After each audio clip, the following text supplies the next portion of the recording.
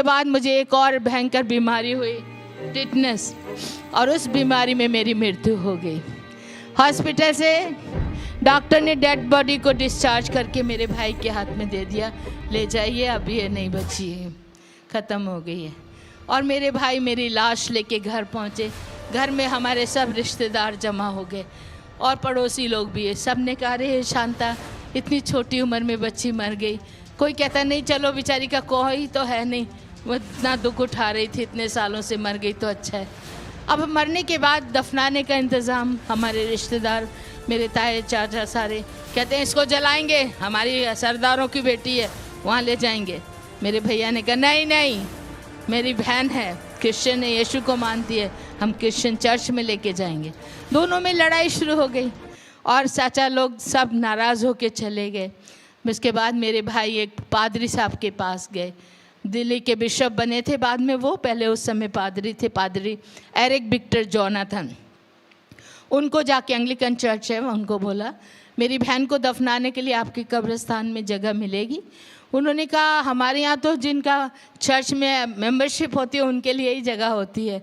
मेरे भाई ने कहा चलो मेंबरशिप जो भी रहती है आप ले लो, मेरे बहन को अपने कब्रिस्तान में जगह दे दो, जो भी पैसा लगेगा मैं दूंगा। पादरी साहब हमारे घर आए, आके मेरी लाश को देखा। लाश को देखने के बाद कहते हैं इसको नहला पिला के ही तो कपड़ा डालेंगे, कफन ले जाएंगे कब्रिस्तान में, तो मैं ऐसा करता हूँ इसी में मैं बपतिस्मा भी दे देता हूँ, ताकि कोई पूछे तो मैं बता सकूँगा कि मैंने बपतिस्मा दिया। और उन्होंने हमारे घर में एक बड़ा वाटर टैंक था, उसमें बपतिस्मा भी दे दिया और कफन बॉक्स लेके आ गए, कपड़े सफ़ेद ला के मुझे पहना दिया गया और मेरी लाश को सजा के रख दिया। ये सब करते देखा बाद में, अरे बाप रे, टाइम तो हो गया, अभी तो कब्रिस्तान नहीं ले जा सकते, रात हो गई है, आज की रात लाश को ऐसे रहने देते हैं, कल सवेरे लेके जाएंगे। और ये कह के पादरी और उनके साथ आए चर्च के मेंबर दुआ करके चले गए। उनके जाते ही हमारे आस पड़ोस के लोग जो बैठे थे वो भी धीरे धीरे उठ के चले गए। मेरे ब्रदर साधु किशन सिंह अकेले थे और वहाँ पर उनको अच्छा नहीं लग रहा था, दुख भी लग रहा था, क्योंकि वो मुझे बहुत प्यार करते थे। मम्मी पापा के मरने के बाद मेरे भैया ने ही मुझे माँ का बाप का प्यार दिया था, वो ही मुझे पालते थे और उनको दुख भी लग रहा था। लेकिन कहते हैं आप क्या कर सकते हैं, जो हो गया हो गया, चलो अभी इस लाश के पास सारी रात क्या बैठूँगा, मैं भी थोड़ी देर सो लेता हूँ। और इतना कह के मेरे भाई ने क्या किया, अपनी बाइबल ली और मेरे सिर के पास रख दी और स्वयं जाके अपने बेड में लेट गए। लेटने से पहले उन्होंने कहा प्रभु जी जो कुछ तूने किया अच्छा किया है, आगे जो तेरी मर्जी है कर, मेरी बहन की आत्मा को तेरे हाथों में सौंप देता हूँ। जैसे ही उन्होंने प्रभु को समर्पण किया करके और जाके वो सो गए, उनके सोते ही प्रभु ने अपना काम शुरू कर दिया। हालेलुया। अचानक मेरे रूम में एक बड़ी लाइट आई और लाइट के बाद दो एंजल दो तरफ आके खड़े हो गए, मेरे बेड के एक इस तरफ एक इस तरफ। और उन एंजलों ने, एक ने मेरा ये हाथ पकड़ा, दूसरे ने ऐसे हाथ पकड़ा। मैं बड़ी हैरान, मैं हो रही ये क्या है, इतने बड़े बड़े स्वर्गदूत क्या करने जा रहे हैं। और वो मुझे उड़ा के इसी तरह उठा के स्वर्ग की ओर ले चले। हालेलुया। बहुत सुंदर लग रहा था वो दृश्य, बादलों पर इस तरह मैं चल नहीं रही थी, हवा में उड़ रही थी। हालेलुया। और वो स्वर्गदूत मुझे बहुत सुंदर जगहों से घुमाते, बहुत खूबसूरत बगीचों में से लेकर तरह तरह के फल फूल और बड़ी सुंदर सुंदर लाइटें, रोशनियाँ जो इस संसार की नहीं स्वर्ग की थी मैंने देखी।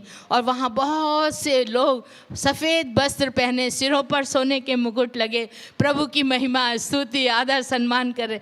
उन लोगों ने मुझे देखा, सब खुशी से मेरा आदर कर रहे। मैं हैरान, अरे ये लोग मुझे जानते हैं क्या।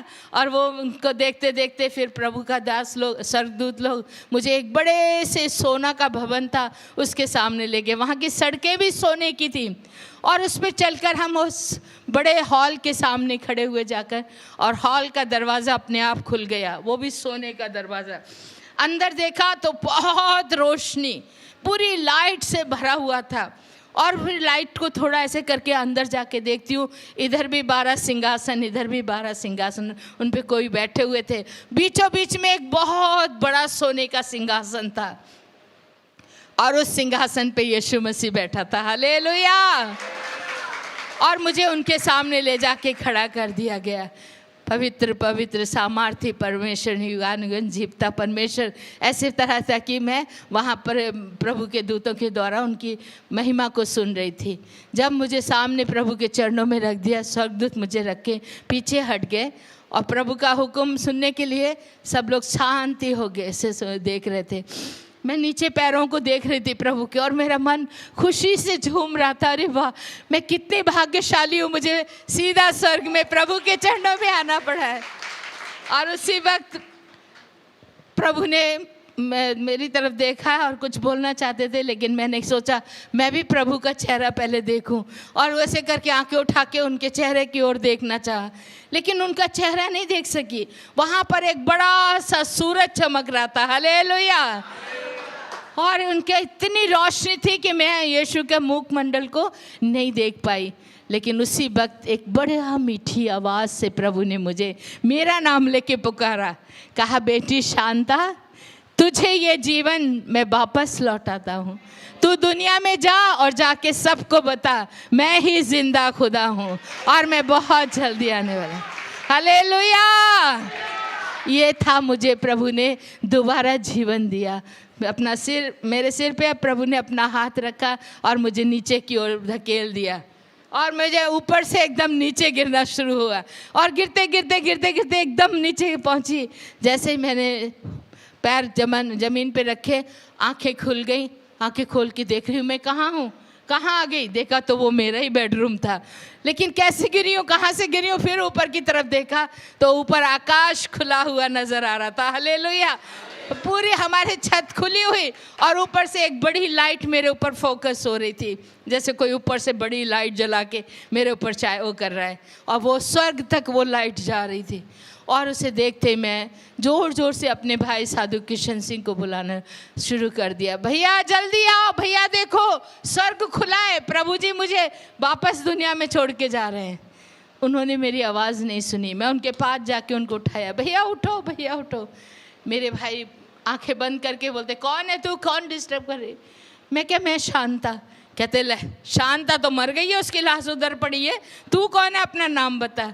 मैं क्या, भैया मैं मर गई थी लेकिन अभी जिंदा हूँ, क्योंकि यीशु मसीह ने मुझे जिंदा किया। उनको कहानी जैसी वो लगा, सपना जैसा लगा।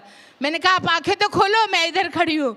उन्होंने आंखें वैसे मल के मुझे देखा, और उस समय रोशनी नहीं थी रूम में, 4 o'clock मॉर्निंग, अर्ली मॉर्निंग का टाइम था। मेरे भाई ने जैसे ही मुझे देखा, वो सफ़ेद कपड़े ना कफन वाले पहने हुए थे, और उस कपड़ों से एक तरह की लाइट निकल रही थी, क्योंकि आत्मा का वो था मेरे ऊपर वरदान। और जैसे ही मेरे भाई ने मुझे देखा, वो डर के उठ के दूसरी तरफ जाके खड़े हो गए। कहते, तो रुक जा, तू शैतान है, भूत है, भूतनी बन के आ गई है, मेरी बहन मर गई है, भूतनी बन के आ गई है। वो कहते हैं, शैतान चली जा यहाँ से। मैं क्या, भैया मैं शैतान नहीं, शांता हूँ, आपकी बहन हूँ। लेकिन उनको विश्वास नहीं हो रहा।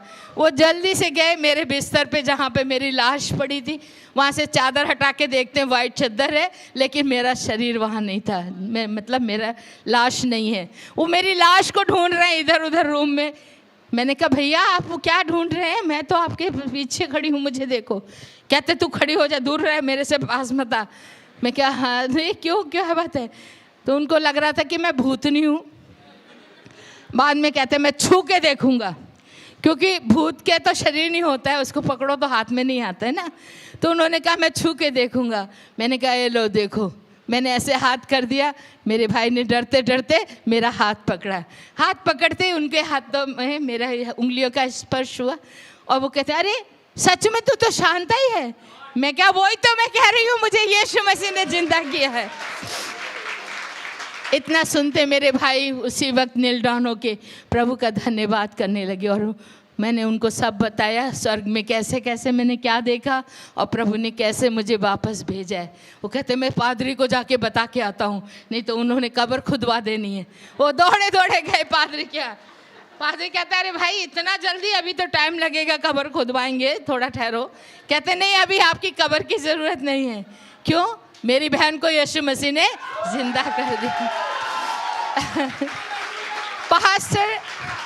पास्टर बड़े हैरान होके मेरे भाई को देख के कहते, साधु जी आप रात को सो गए थे क्या? कहते, हाँ सोया तो था।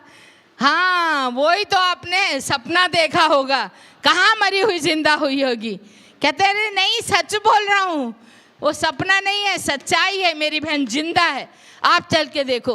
और पादरी साहब को खींच के लेके आए, चलो चल के देखो।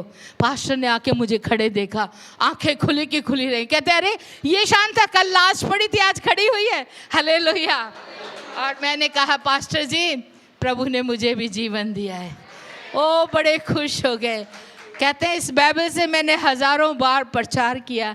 4 दिन का मरा हुआ लाजर यीशु मसीह ने जिंदा किया, जारस की बेटी को यीशु ने जिंदा किया, और विधवा के बेटे को। वो यीशु कल और आज हमेशा हमेशा एक जैसा है। जो 2000 साल उसने पहले काम किए, क्या वो आज नहीं कर सकते?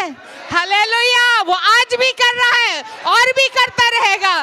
वो युगानी युग एक सा है ईश्वर। हालेलुया। उसी दिन मैंने सबके सामने गवाही दी। पादरी ने निकल के लोगों को बुला लिया, ए लोगों सुनो, कल जो बच्ची मर गई थी ना इस घर में, वो जिंदा हो गई है। इतना सुनते ही हमारे पड़ोसी, हमारे रिश्तेदार सब भाग भाग के दौड़ के आए, ऐ शांता मरी हुई जिंदा हो गई, जिंदा हो गई। अरे रात को लड़की मरी थी, सवेरे जिंदा। और सब ने आके मुझे देखा। और मेरे प्यारे बहन और भाइयों, उस दिन प्रभु ने मुझे वो मजदूरी में लगा दिया जो मैं देख के उसने स्वर्ग से भेजा। जा और जाके बता। मैंने सब लोगों को एक बात बताई, यीशु मसीह ही जिंदा खुदा है। स्वर्ग में और कोई दूसरा खुदा है ही नहीं, और वो फिर जल्दी आने वाला है।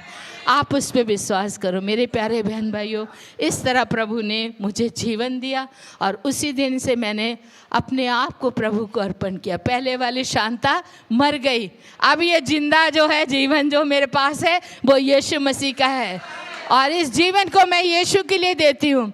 मैं आज से सेवा करूँगी। मेरे रिश्तेदारों में से सब नाराज़ हो गए, उन्होंने हमें नहीं जाने देने की सोची। मेरा ताया, मेरे पापा का बड़ा भाई था, मुझे बहुत रखता था अपने पास। कहता खबरदार जो तूने ऐसा आवाज़ की, तुम हमारी सिक्कों की बेटी है, तुम गली गलों में जाके साधुनी बन के तुम नहीं जा सकती यीशु की सेवा, नहीं प्रचार करना, बस करो, चलो अंदर जाओ। वहाँ इतने लोग सुन रहे थे, बाबा कर रहे थे यीशु की, सबको भगा दिया और हमें मारते हुए अंदर ले गए। मुझे भी, मेरे भाई को भी बहुत मारा पीटा, रूम में बंद करके गालियाँ दे के कहते तुम्हें नहीं निकलने देंगे। देखो इतना बड़ा चमत्कार देखने के बाद भी उनका मन इतना कठोर पत्थर था, और उन्होंने मारना शुरू किया। कहते हैं इन दोनों बहन भाइयों को आज ही मार डालो। पहले तो भाई साधु बना था, उससे पहले इसका मामा भी साधु। हमारे सरदारों को बदनामी देते हैं, इनको नहीं रहने देना। मारने की उन्होंने योजना बना ली। रात के 2 बजे 2 गुंडे आ गए और खिड़की में बाहर खड़े हुए, दरवाजे को ताला था, हम कहीं भाग नहीं सकते थे। गोलियाँ सीधी हमारे सामने करके बंदूकें, कहते हैं सीधे हो जाओ, हम तुम्हें मारने लगे हैं, अगर आज भी तुम यीशु को छोड़ दोगे तो तुम्हें छोड़ दिया जाएगा। हमने कहा नहीं, हम अपने यीशु को नहीं छोड़ेंगे। तो ठीक है, बुला लो उसको, वो बचाएगा, तुम्हें देखेंगे। हमने कहा हमारे यीशु को बुलाना नहीं पड़ता है, हमारा प्रभु हमेशा हमारे साथ रहे, वो अपना काम करेगा, हम अपना काम करेंगे। हम अपने प्रभु के लिए कुर्बान होने को तैयार हैं, मर जाएंगे लेकिन प्रभु को नहीं छोड़ेंगे। अब वो गोली मारने लगे। मेरे प्यारे बहन भाइयों, आंखें बंद करके हमने प्रभु से एक ही कहा, प्रभु हमारी आत्मा को स्वीकार कर। मुझे बहुत खुशी हो रही थी, अरे मरने के बाद तो कितनी सुंदर जगह देख के आई हूँ, वहीं जाना है, चलो जल्दी करो जल्दी करो। लेकिन प्रभु का धन्यवाद हो, जैसे वो गोली मारने वाले थे, ठीक उसी वक्त एक बड़े जोर की आवाज़ हुई, हैंड्स अप। हैंड्स अप की आवाज़ सुनते वो मारने वालों के हाथ हिल गए। पीछे घूम के देखा तो इतने सारे पुलिसमैन आके खड़े हो गए, और पुलिस वालों ने तुरंत उनको अरेस्ट कर लिया, बंदूकें छीन ली। हमने आमीन करके आंखें खोल के पुलिस को देखा, हम हैरान हो गए। अरे पुलिस तो कभी बिफोर टाइम आती नहीं है, वो तो गैस होने के बाद ही आते, आज कैसे पहले आ गए। और पुलिस ऑफिसर को पूछा मेरे भैया ने, सर आपको किसी ने इन्फॉर्म किया, आप कैसे आ गए सही समय पे? वो कहते हैं हमें किसी ने इन्फॉर्म नहीं किया, हमें पता नहीं था, हम तो नाइट ड्यूटी दे रहे हैं, जाना था दूसरी गली में, पता नहीं कौन सी शक्ति हमें इस गली में लेके आ गई। हालेलुया। वो हमारा परमेश्वर था। तो इस तरह 5 बार प्रभु ने मुझे मौत से बचाया। उसी समय हमने सब कुछ छोड़ दिया। 7 करोड़ की प्रॉपर्टी थी जो मेरे दिल्ली करोल बाग, बहुत अमीरों की रहने की जगह है जहाँ मेरे पापा रहते थे। बहुत कुछ सामान था, सोना चांदी, सब कुछ छोड़ के सबसे कीमती तोहफा, सबसे बहुमूल्य चीज परमेश्वर का वचन लेके हम घर से निकल पड़े। हमें कुछ नहीं चाहिए, यीशु चाहिए। बहुत कष्ट का, दुख का है ये।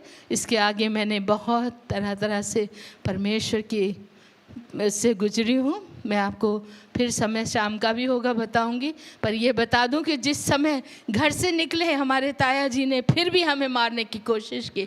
हम अपनी कार से स्टेशन तक जा रहे थे, 2 बार हमारी गाड़ी पे फायरिंग हुई। इधर से बिल्कुल नज़दीक आके किया फायर। ठीक उसी वक्त ऐसा हुआ, गाड़ी को झटका लगा, मेरे भैया का सिर, मेरा सिर पीछे चला गया। इधर से आई गोली, इधर निकल गई, हमें कुछ नहीं हुआ।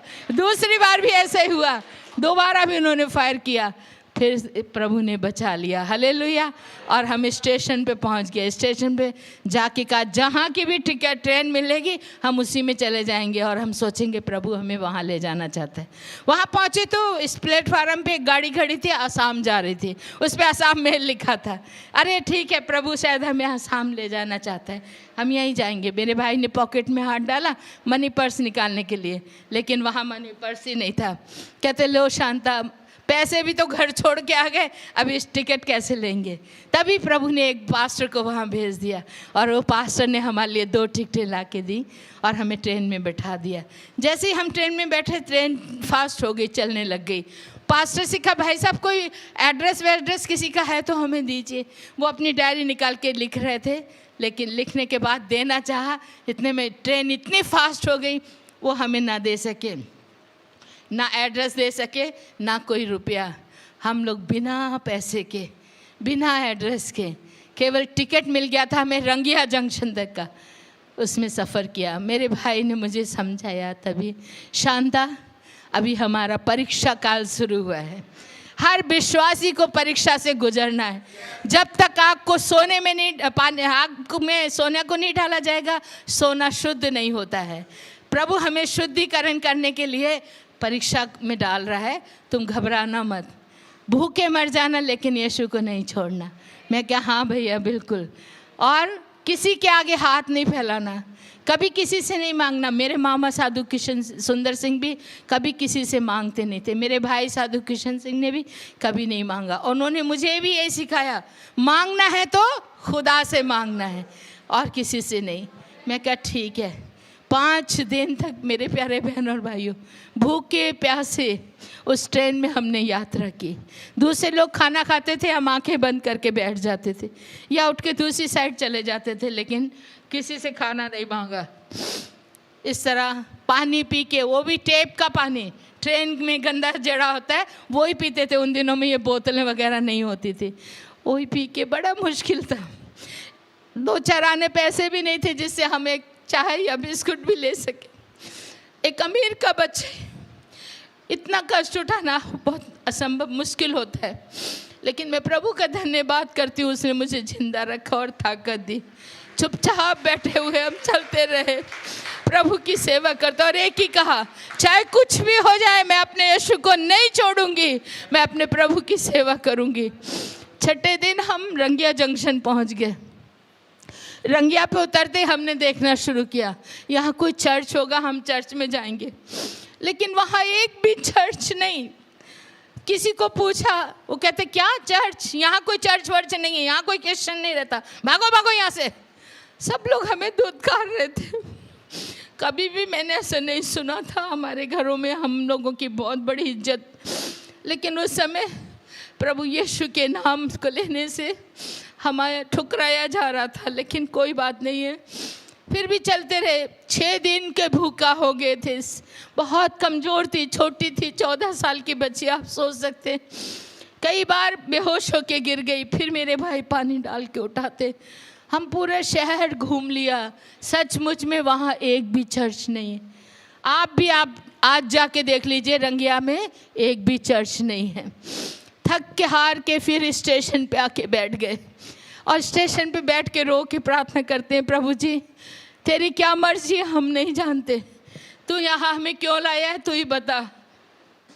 जब हम प्रार्थना कर रहे थे, एक बंगाली बुढ़ा हमारे पास आके खड़ा हो गया और आके कहते, बंगाली में बोलते हैं कथे जाबन काके बिसारेन, मतलब कहाँ किसको ढूंढ रहे हो, कहाँ जाओगे। तो मेरे भैया ने कहा यहाँ कोई चर्च या कोई क्रिश्चियन बंदा है। वो कहते एक है ना क्यों ना, मैंने यहाँ कोई नहीं है, यहाँ से दूर एक गांव है हरी सिंगा, वहाँ जा सकते हैं, वहाँ पर मिशन हॉस्पिटल है, मिशन स्कूल है, उधर ही क्रिश्चियन लोग रहते हैं और इधर कहीं भी नहीं है। जैसे सुना मेरे भाई को मुझे अच्छा लगा, ठीक है बड़ी बढ़िया बात है। कैसे जाते हैं? वो कहते हैं वो सामने टैक्सी खड़ी है, बस खड़ी है, वहाँ जाओ, वहाँ से सीधा बस लेके जाएगा। लेकिन बस में जाने के लिए हमारे पास पैसे नहीं है। मेरे भाई ने उनको कहा भैया कोई पैदल चल के जाने वाला शॉर्टकट है तो बताओ। कहते हाँ हाँ है ना, रेलवे लाइन के ऊपर चल के जा सकते। रेलवे लाइन के ऊपर? कहते हाँ। कितना होगा? नहीं ज़्यादा नहीं है, 10 किलोमीटर ही है। क्या बोला? ज़्यादा नहीं है, 10 किलोमीटर। जो घर में अमीरों के घरों में पले बड़े बच्चे, क्या जिनके पास कार है, 2-2 कारें मेरे पापा ने मेरे लिए मेरे भाई के लिए छोड़ी थी, कभी हम पैदल नहीं चले। 10 किलोमीटर। वो आसाम वाले क्या कहते हैं, नज़दीक ही है, ज़्यादा दूर नहीं है, 10 किलो पैदल, क्योंकि वहाँ वो लोग चलते हैं, हमसे तो चला नहीं जाता। मेरे भाई ने मुझे कहा चलो शांता हम जाएंगे। मैं क्या भैया बिल्कुल नहीं, मैं तो खड़ी भी नहीं हो सकती हूँ, 6 दिन की भूखी प्यासी और मेरे पैर छिल चुके थे। मैंने कहा नहीं मैं नहीं जा सकती, यहीं हम भूखे मर जाएंगे, लेकिन हम नहीं जाएंगे। मेरे भाई ने कहा हमारा यीशु जिंदा खुदा है, वो भूखे मरने नहीं देता है। शेर के बच्चे तो भूखे मर जाएंगे, लेकिन प्रभु अपने बच्चों को भूखे मरने नहीं देता। हालेलुया। और कहते आओ हम तेरे लिए प्रार्थना करेंगे। मेरे भाई ने मुझे खड़ा करके मेरे सिर पे हाथ रख के मेरे लिए प्रार्थना की, ऐ पिता मेरी बहन को शक्ति दे, ये कमज़ोर है, बच्ची है, ताकत दे कि हम उस गांव तक जाएं और तेरे लोगों से मिलकर तेरी महिमा कर सकें। जैसे प्रार्थना हुई उसी वक्त आत्मा का अभिषेक उतरा। हालेलुया। और मैं उछलने लगी, एकदम मैं खड़ी हो गई। मैं क्या हाँ भैया अभी ठीक हूँ, चलो चलती हूँ, और चलना शुरू कर दिया। और कहाँ, वही रेलवे लाइन के ऊपर बड़े बड़े पत्थरों पर चल के, कांटे और बिच्छू भरे रास्तों पर, बहुत मुश्किल था। उसी सफ़र पर चलते जा रहे, चलते चलते कितनी बार मेरा पैर फिसल गया, गिर गए, कांटे चुभे पैरों में, पत्थर से कट गया, गिरते ही चोट लगी, हाथ पैर घुटने छिल गए, वहाँ से भी खून बह रहा है, सिर पे ट्रैक पे गिरी, ट्रैक लगा सिर पे, यहाँ से भी खून बह रहा था, पूरा खून ही खून बहता जा रहा था, और फिर भी मैं चलती जा रही थी।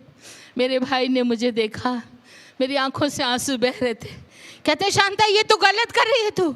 मैं कि क्या, ये तेरी आंखों से आंसू क्यों निकल रहे? प्रभु का वचन में क्या लिखा है? याकूब 1 अध्याय 2 पद में लिखो, पर देखो वहाँ लिखा है, ऐ मेरे भाइयों जब तुम्हें तरह तरह की परीक्षाओं से गुजरो तो तुम क्या करना? आनंद मनाना। हालेलुया। मेरे भाई कहता है आनंद मनाओ, खुशी मनाओ, नचो ते गाओ। मैं क्या, ऐसी हालत में कौन गा सकता है, कौन नाच सकता है? मेरे भाई कहते हैं हम करेंगे, चलो हम लोग गाना गाते जाएंगे। मुझे उठाया, मेरे पैरों में बिल्कुल बहुत छाले पड़ चुके थे, जोंकें भी लगी हैं, वहाँ से हमें बहुत जोंकें होती है रास्तों पर, इतनी मोटी मोटी जोंकें, पूरा पैरों से खून बह रहा था। हम चलते जा रहे, हमारे खून के पैरों के निशान बनते चले जा रहे थे। साधु सुंदर सिंह मेरे मामा जी जब लद्दाख तिब्बत में गए थे, बर्फ़ के ऊपर उनके खूनों के पैरों के निशान, तो उनको ब्लीडिंग फीट अपोस्टल का नाम से जाना जाए।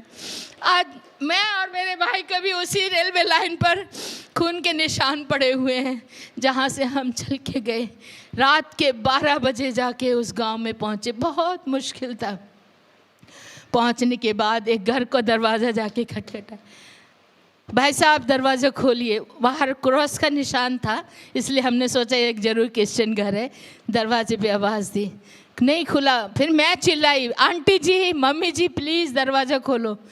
फिर उनको ऐसा लगा रे कोई बच्ची की आवाज़ें खोलते हैं, नहीं तो आसाम में जल्दी कोई नहीं निकलता है, रात को सब डरते हैं, और कई आतंकवादी शक्तियाँ हैं वहाँ पर, अल्फा वगैरह, वो लोग रात को आते हैं, तो इसलिए मुश्किल था। मेरे भाई ने कहा भाई साहब दरवाज़ा खोलो। जैसे ही मेरी आवाज़ गई तो उन्होंने दरवाज़ा खोला, और दरवाज़ा खोल के वो दोनों हस्बैंड वाइफ दरवाजे में आ गए। आते ही कहते हैं कौन है आप, कहाँ से आए हैं? मेरे भाई ने कहा मेरी बहन शांता, मैं साधु किशन सिंह, हम लोग साधु सुंदर सिंह के भांजा और भांजी हैं। जैसे ही बोला साधु सुंदर सिंह के भांजा भांजी हैं, उस भाई ने तुरंत मेरे भाई को गले लगा लिया, और उस माँ ने मुझे, अरे साधु सुंदर सिंह के रिश्तेदार, आइए आइए, आपका स्वागत है, अंदर आइए। और अंदर ले जाके उन्होंने लाइट में रोशनी, मतलब लालटेन की रोशनी में, जब हमारे पैरों को जख्मी देखा, शरीर में जगह जगह खून बहते देखा, वो कहते क्या हुआ, किसी ने मारा पीटा? हमने कहा नहीं, हम लोग पैदल चल के आए। कहाँ से? रंगिया से हरिसिंगा तक। बाप रे, इतना मुश्किल रास्ता, आप लोग कैसे बच के आ गए? हमने कहा हमारा यीशु लेके आया, हालेलुया, नहीं तो हमें आना मुश्किल था। उन्होंने गर्म पानी से हमारे पैर वगैरह धोए, दवाई लगाई। बाद में वो माँ मुझे कहती, बेटी कुछ खाना खाया तुमने? मैं कहा नहीं, खाना नहीं खाया। कब से नहीं खाया? मैं क्या आज 6 दिन हो गए। क्या 6 दिन से खाना नहीं खाया? मैं कहा 5 दिन ट्रेन में थे, कुछ नहीं मिला, आज रंगिया जंक्शन पे पूरा भूखे पड़े रहे। वो सुन के रोने लगे, कहती मैं अभी खाना बनाती हूँ। हमने कहा अभी रात के 2 बज गए, 2:30 बज गए, अभी रहने दो, कल सवेरे खाएंगे। वो कहती नहीं, मैं अभी बनाऊंगी। उसी रात को उस बहन ने खाना पका के हमें खिलाया, हालेलुया।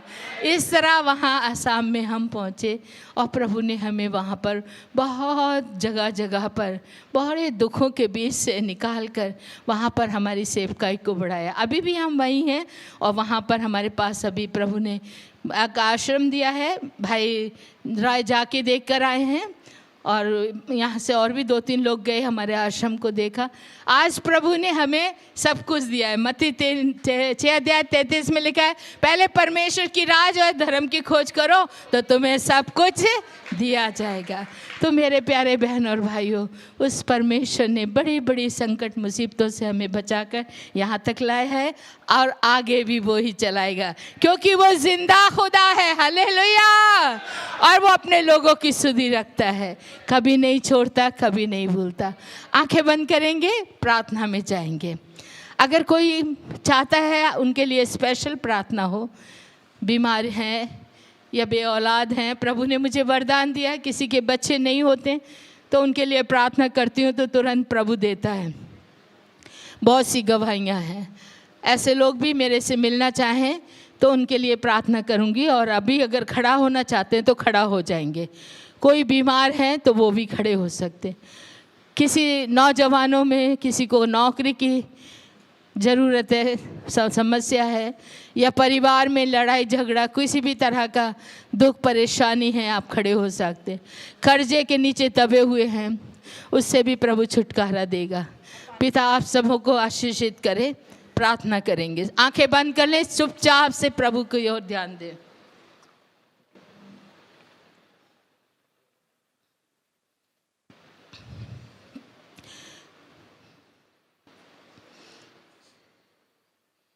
आइए हम आंखें बंद करेंगे और प्रभु से प्रार्थना करेंगे। इन सभी विषयों के लिए स्पेशल प्रार्थना, मेरे बाद में फिर पास्टर आएंगे, वो प्रार्थना करेंगे।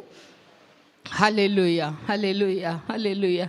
सर्वशक्तिमान सृष्टिकर्ता पिता परमेश्वर, स्वर्ग और पृथ्वी का अधिकारी, हर तरह के अधिकार प्रभु आपके हाथ में सुरक्षित हैं, और आप हर तरह के दुखों से छुटकारा देने वाले, जीवन देने वाले, मुक्ति देने वाले, शांति देने वाले, पापों से क्षमा देने वाले, चंगाई देने वाले, जीवित समार्थी परमेश्वर।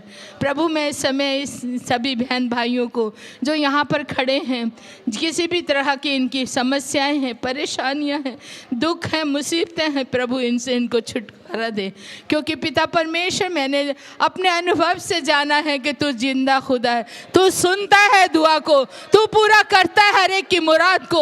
यहाँ उपस्थित एक एक को प्रभु तू अपनी आशीष से परिपूर्ण कर दे, हर एक को प्रभु तू छू और उनको आशीर्वाद दे, बीमारियों को छू प्रभु और उनको चंगाई दे। अगर कोई दुष्ट शक्तियाँ परेशान करती है, इसी वक्त यीशु के नाम से मैं हुक्म देती हूँ, दूर हो जाए। प्रेमी पिता परमेश्वर आशीर्वाद दे, इस कलीसिया को बहुतायत से आशीष दे। प्यारे पिता परमेश्वर, कलीसिया के पादरी साहब, सिस्टर और यहाँ जितने भी सेवक तेरे हैं, इन सभी सेवकों को प्रभु जी बहुतायत से आशीष प्रदान कर। इस प्रोग्राम में जितने लोगों ने सहयोग दिया उनके लिए भी प्रार्थना है प्रभु, उनको भी आशीषित कर। दयालु पिता परमेश्वर सबके साथ हो, अपने नाम की महिमा होने दे पिता परमेश्वर। अद्भुत चमत्कारी हाथों को रख, छू ले पिता, छू प्रभु हर एक को, एक एक के ऊपर तेरे करुणा का हाथ रख दे पिता, और ये चंगाई तेरी ओर से उतरे। यीशु मसीह तू महान जीवित परमेश्वर, दया कर प्रभु जी, दया कर। जो बहनें बांझ अपने आप को कहती हैं, कहलाती हैं, उनको तू छू प्रभु जी, अपनी आशीष से परिपूर्ण कर पिता परमेश्वर। वो भी संतान प्राप्ति करके प्रभु तेरे नाम को महिमा आदर सम्मान दे सके। थैंक यू जीसस, धन्यवाद प्रभु। प्रार्थना को सुनने के लिए तेरा धन्यवाद करती हूँ, यीशु मसीह के नाम से मांगते, आमीन, हालेलुया।